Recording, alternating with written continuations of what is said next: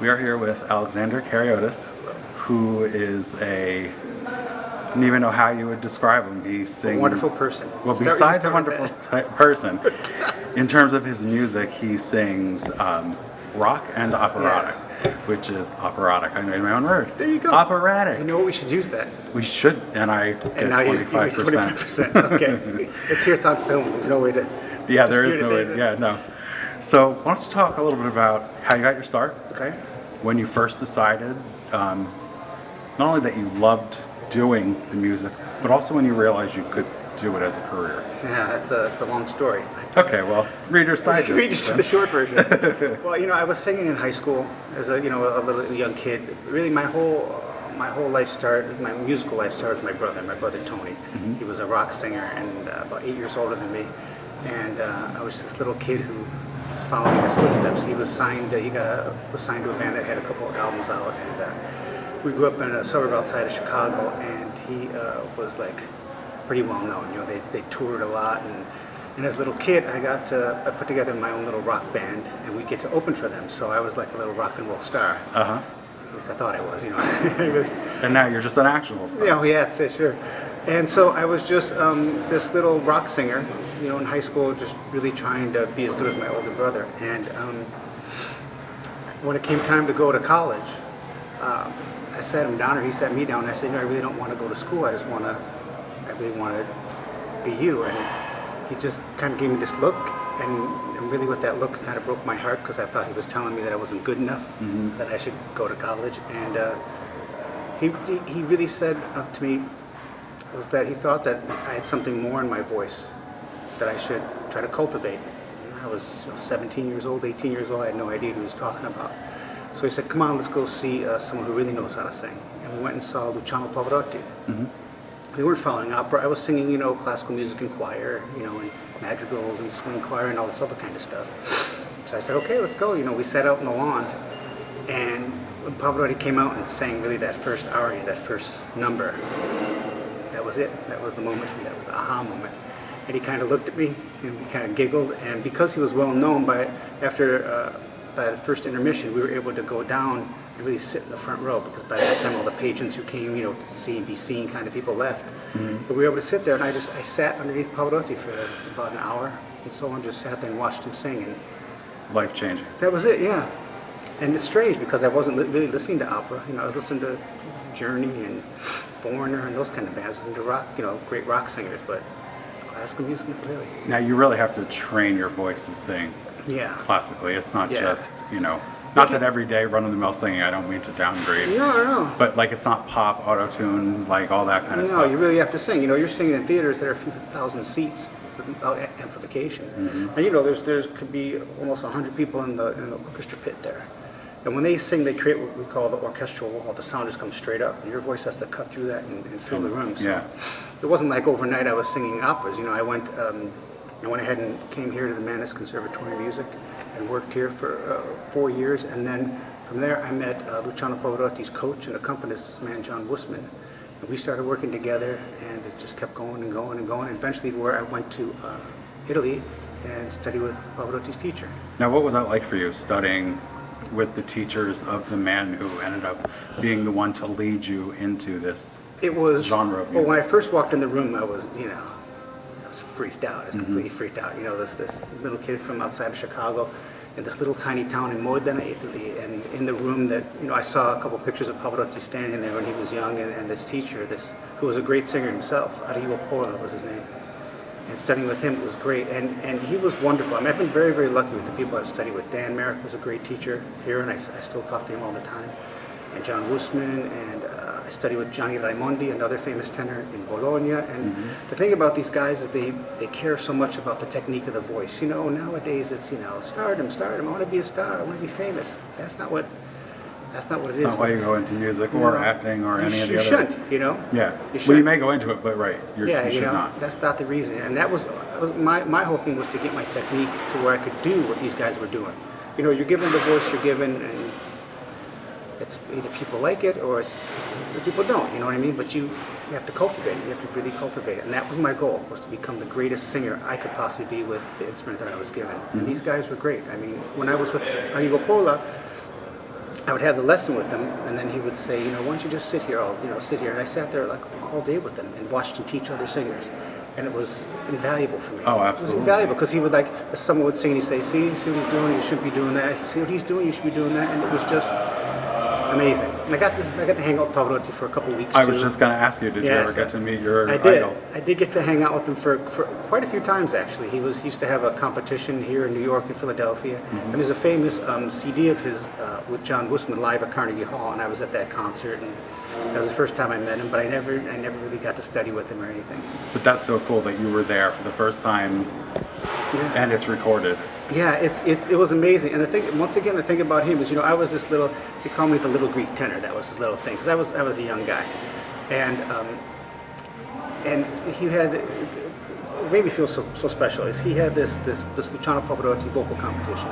It was all over the world, and the finals ended up in Philadelphia. And I was at the semifinals with him all day long for a few days at the Beacon Theater, I think it was, and then we went to Philadelphia, and I was there all day long, and they were taking pictures of him, and I was down on the bottom, and I was kind of sitting, a couple rows behind him, and they kept saying, "Hey, can you get this guy out of here? Get that guy out of here." He goes, "What are you doing? That's Alexander Kariotis. He's in the stage." So they were trying to work the shots from him just because he didn't want me to be embarrassed to leave. And, right. I mean, there was nobody down there. There were the judges, and I was sitting a few rows back. And I said, I'll leave, Maestro. He said, no, stay here. You need to learn. Stay here. Don't go anywhere. I mean, I was nobody. It was, but that's the kind of thing, that's the thing about this art. It's the thing about opera. Everybody's, and when you're learning, there are people who are really there to mentor you, When did you decide to incorporate your rock Opera and the background? rock and roll, right? Yeah. Well, it really came about because of the death of my brother. My brother had Lou Gehrig's disease out of the blue. I was at that time living in Berlin, Germany, with my wife, who's an opera singer also.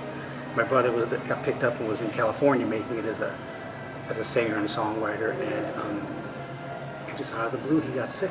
We didn't know why, we didn't know what happened, and it took about a year to diagnose it, and it was Lou Gehrig's disease. And we didn't know what Lou Gehrig's disease is, and we lost him. He was gone, and I found myself sitting in Germany, terribly depressed. I wasn't a great person to live with, and I apologize to my wife every time I talk about it. But I missed singing with him. I missed, because even when I was in New York, he moved into LA right when I was finishing up here in New York. And we would write all the time. I was constantly writing that was my training with him, was singing and playing and writing all the time. So we'd believe it, nowadays it'd be so much easier. We'd mail cassette tapes back and forth with ideas. He had a 4-track machine, I had 4, I'd lay something down, he'd send it back, we'd have a track with just notes. No, don't go here, let's go to the chorus here, I don't like the G minor chord, what are you, an idiot? It was really great, and so it was really exciting to get these, and we had multiple tapes just flying, crossing each other across the country, and I missed that. I missed playing rock and roll. I missed being with him. And the funny thing is, I was seeing a concert at the Berlin Philharmonic. It was a big, beautiful auditorium in Berlin. And I walked down the stage, and there was a huge orchestra, and we were rehearsing. I thought, man, if we had a rock band with this orchestra, if we put on some guitars, and I kept thinking about this, and this idea kept brewing inside of me. And it's actually kind of funny that we're having this interview here, because right across the street, in I think the 12th floor was a woman by the name of Lynn Thompson. Lynn Thompson was a dramaturg and a director who was the dramaturg for Rent on and off Broadway. Well, what basically happened was when I came back to the States, I wrote this one-man show about Tony and Alex, an opera singer and a rock singer. It kind of follows their lives because we had a lot of fun together. And in the show, of course, the older brother gets Lou Gehrig's disease, and we come out the other side with what I call the third character. This is an amalgamation of Tony and Alex, and that's who this rock opera guy is. And Lynn was instrumental in helping me really get this show in front of a lot of people, and she directed it and dramaturged it and everything. That's very cool. And it was through that, we went through this whole show, and the climax of the show was one of these crossover songs that I wrote, this opera and rock stuff. And you know how it is to try to get a play, produced and stuff. I played a lot of wonderful places around here, but after you get to a certain level, you have to get the big money, or it's just going to sit on the shelf. And the crossover stuff was getting I was making a lot of noise with that. People were really interested in that, so I just kept writing and writing and writing. And a couple of years later, I got picked up by a label, and here I am talking to you. Yeah. And how would you characterize someone who would listen to your music in terms of somebody that isn't already a fan of yours? How would you draw somebody in? Like, what do you feel are selling points to meshing the music together? I don't know if there's one thing I could say, but just listen. You know, the experience that I've had, and it's been incredible, is whenever we're doing shows, like, you know, the audience is such a dichotomy. It's such a diverse audience when we're playing. I always say it's 9 to 90 years old. It's really amazing because, especially if we're doing multiple shows, you'll see like parents dragging their kids. Come on, come see this. This is really cool. It's opera. I don't want to see opera and rock and roll. And the kids are totally into it. Yeah, And then the next night, those kids are dragging their friends and their friends' friends. Come on, you got to see this guy. It's opera. Oh, rock and roll guys trying to sing opera. Sure. So it bridges this gap. And you know, and what I want people to really understand is that it's not a put on. It's not a gimmick. It's, you know, the songs take a long time to write and a long time to record because myself and my musical director John Conti and all the amazing musicians I have, we care so much for both genres that we want to make sure that both genres get their equal due. You know what I mean? Yeah, absolutely. So that's really my goal, is just to come on, take a look, take a listen. And you released your latest album in February, right, of this year? And what was that like recording that one? It was it took over a year to record, actually. And it was amazing. We did it at Avatar Studios, which is a low power station, which, you know, everything has been recorded. Everything's recorded there now, too, a gazillion Broadway shows. And the players were amazing players. We had some woodwinds and brass players from the Metropolitan Opera Orchestra. String players were from a whole bunch of studio people, but a couple from the Quartet Ethel. If you know them, they're great. And guitar players, I mean, my guitar players right now are playing with Sting, and they're playing Kinky Boots. They're all over the place, and really, it's just amazing. The players are the best players in the world. And for me, the coolest thing is, you know, you can get guys to come and you can hire guys, but they're all part of this group. This group was created, you know, created in my bedroom, and then was built with all these great players. And now I want to keep playing this. I want to play, and I've been very, very lucky to have these great players. So what you hear on the album, if you come live, you're gonna it's gonna be amazing. Yeah, it's not like, you know. What's next for you? What's next for me? Just keep pushing this album. Keep pushing going. The album, yeah. Yesterday we released our latest video, Lennon in Heaven, and that was recorded, you know, at Avatar, but we recorded the video in Abbey Road Studios, and so we were over there in London, and that was an amazing experience. And the song Lennon in Heaven really is about the last discussion that my brother and I had before he passed. And it was, I was asking him, you know, are you scared to die? And he said, you know what, he couldn't really speak after him, but, you know, this is the bridge version. But he said that, you know, when I go, at least I know I'll get my voice back. I'll be able to sing again. And think about all the cool people I'll be able to play with in heaven, you know, with John Lennon.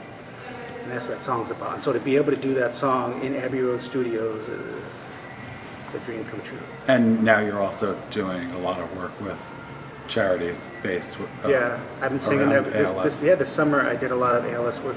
I did a baseball park tour. I sang the national anthem at like 6 or 7 places, and it's going on. I'm singing for November. I go to sing for the LA Kings. Very nice. Hockey. I'm doing hockey and football. So right now my biggest hit is "Oh Say Can You." That's very cool. It's excellent. Well, we all look forward to seeing what's ahead in the future, which continues to be bright. Thank you. I appreciate the time. Thank you very much.